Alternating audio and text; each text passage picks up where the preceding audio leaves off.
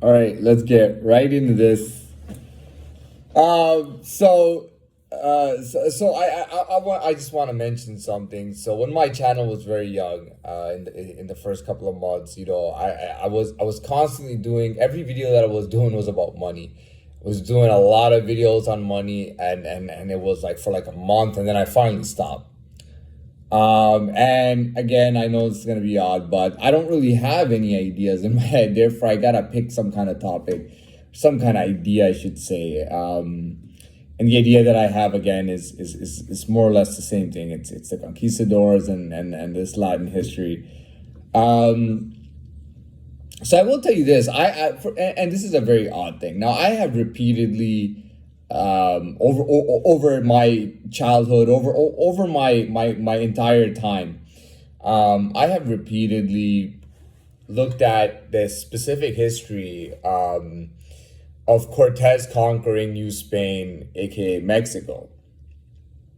And it's odd because I haven't really looked at the conquistadors that were taking or that were conquering Venezuela, like the rest of Latin America, Venezuela, Colombia, Peru, Ecuador, Argentina, Chile, and whatnot. Now, that pretty does that mean that I'm inept and I don't know anything about that Latin conquistador history? Maybe. It's not that bad, but I might put that on myself as how come I don't know anything about that stuff. But I'll tell you more than not, and more than less. Cortez takes up 99% of all that history. I mean, every history buff from all over the world knows the name of Cortez. When you're talking about conquistadors, the first name that everybody will name is Hernan Cortez and the conquistadors that accompanied him. I know that. I mean, think about it. I mean, I know it just seems ridiculous that all this big chunk, this entire Latin America, is like nobody knows about any of those conquests. Cortez is the most known, and I mean, he is just so known. History tells that Cortez was the one that came up with the name Latino. Okay, he named Mexico New Spain, and he declared a new race, which is very odd because he could have very well just said this is New Spain, and this is gonna be another Latin nation, another Latin kingdom, and another Latin place, but he didn't.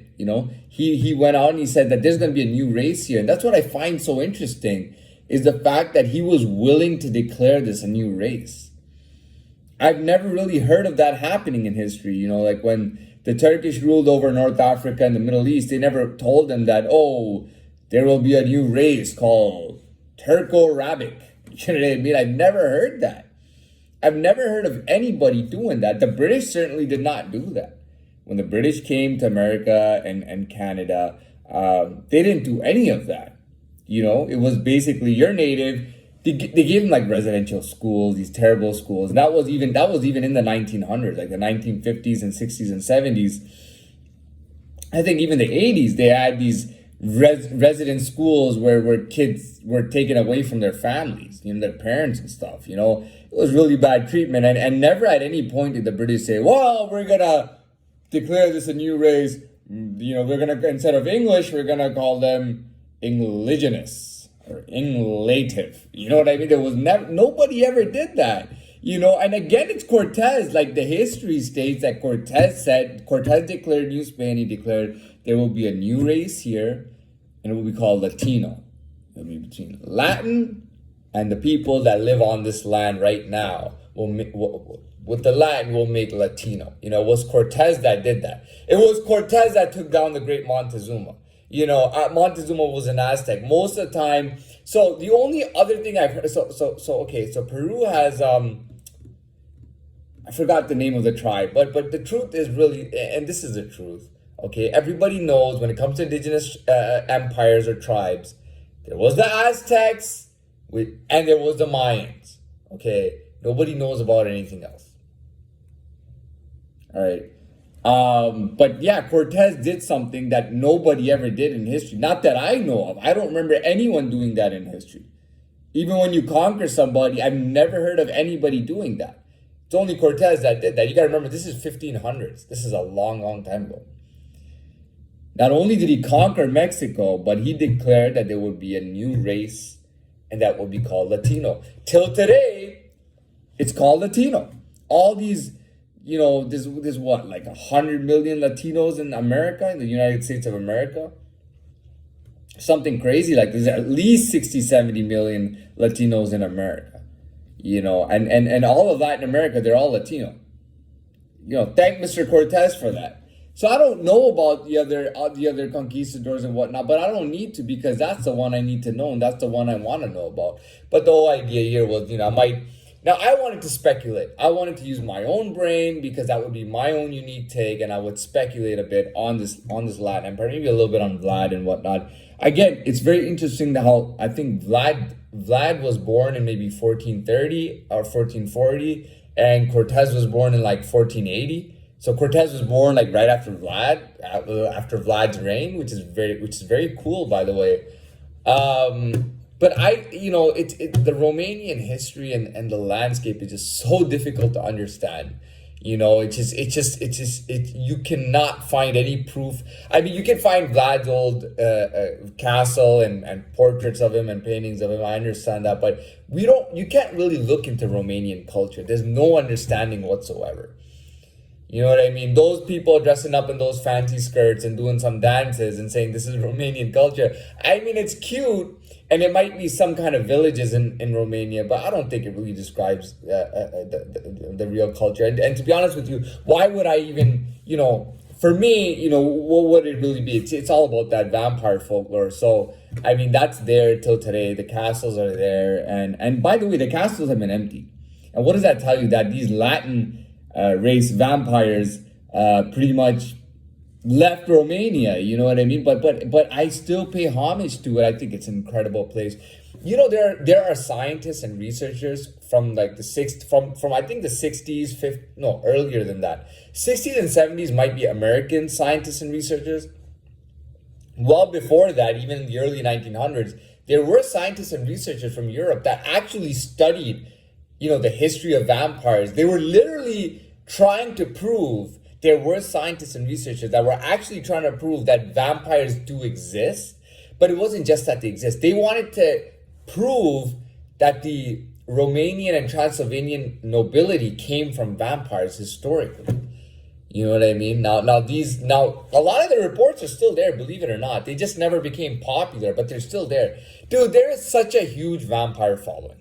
Okay, when I was a kid, it was perfectly big for all these gothic white people to dress up like vampires on Halloween, or to really get into the culture. Some people would actually drink human blood and things like that, just to feel like vampires. When you're talking about these Nazis in Germany and these old histories of different parts of Europe, the Roman Empire and all that, I mean, you got to understand vampire folklore. Or history official, again, I've said this a million times, history officially recognizes Vlad Dracula, Vlad the Impaler, as being a real live blood drinking noble prince of a vampire. Okay, that is absolutely incredible.